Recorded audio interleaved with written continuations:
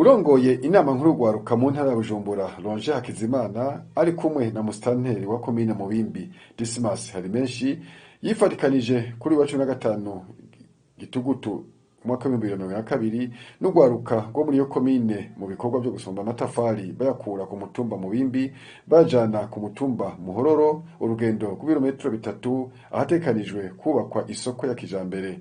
Mu ijambo ry'ikaze musitanteri Harimenshi yamenyesheje ko urwaruka rwo muri yo komine ruri ku kivi, yibukije ko ayo matafari yabumbwe n'urwaruka muri bya bikorwa byo mu buruhuko mu Ciriheze, aca anamenyesha ko hari amakoperative 10 ya mbere y'urwaruka ariko aritunganya kugira bashire mu ngiro imigambi y'akazoza.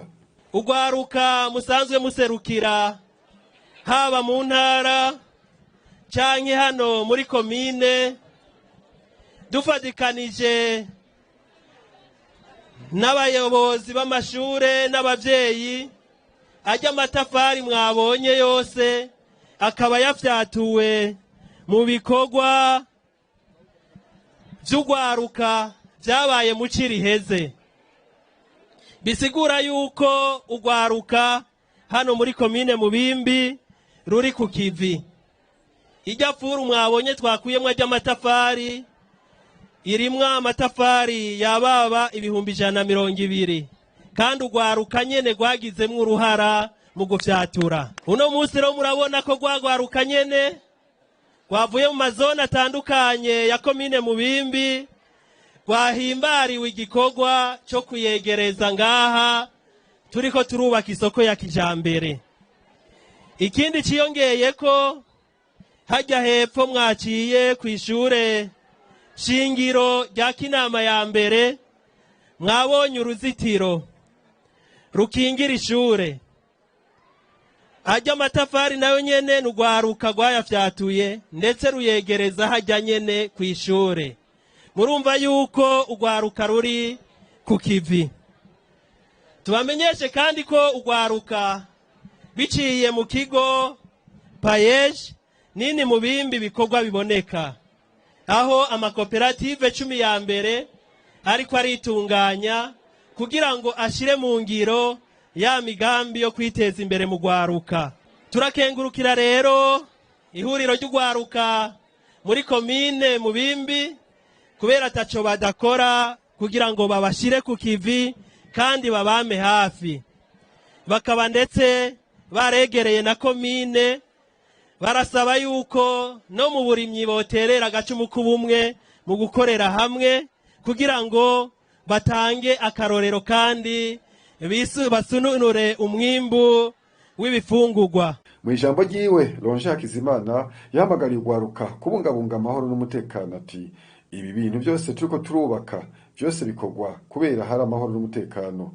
Ku bwa Hakizimana ngo amahoro n'umutekano ni karahara mu Uganda ntibacure, ngo ni umushinge w'iterambere, ngo igihugu gitekanye kizamwe iterambere. Yahamagariye urwaruka ruri mu mashure kwirinda ibyo rusamaza, rukiga rukaniyumvira ico ruzokora kugira rubeho. Rwaruka muri hano, ibi bintu byose mubona turiko turakora uyu munsi, ivyo byose mwumva mvuga ati siko vyahoze. Aya masoko turiko turubaka, ya mashuri agerekeranye mwamye muraririmba, ya mabarabara mwamye muravyina tuzubaka, nagomba ndabamenyeshe yuko vyose bikorwa kubera ko hari amahoro n'umutekano. Amahoro n'umutekano ni karahara mu Ruganda, abantu nibagira iki? Rwaruka mukiri bato muze murabaza, igihe atamahoro n'umutekano vyari bihari ino komine twari mu bindi. Rwaruka ngomba ndababwire, amahoro n'umutekano niwo mushinge wa byose.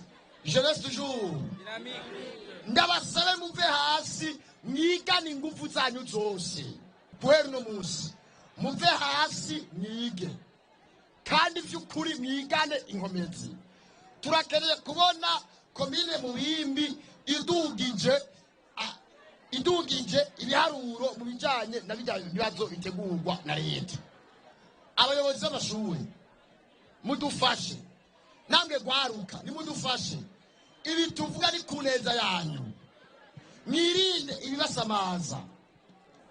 Rwaruka mwige mwiyumvira icyo muzokora kugira ngo mubeho, kugira ngo mushigikire leta. Ujya muntu niba afise impene yiga mu gatandatu azoza guheza afise inka nka zibiri. Tubamenyeshe ko ivyo bikorwa byari vyitabiriwe n'ugwaruka rwavuye mu mashengero atandukanye n'imigambo itandukanye.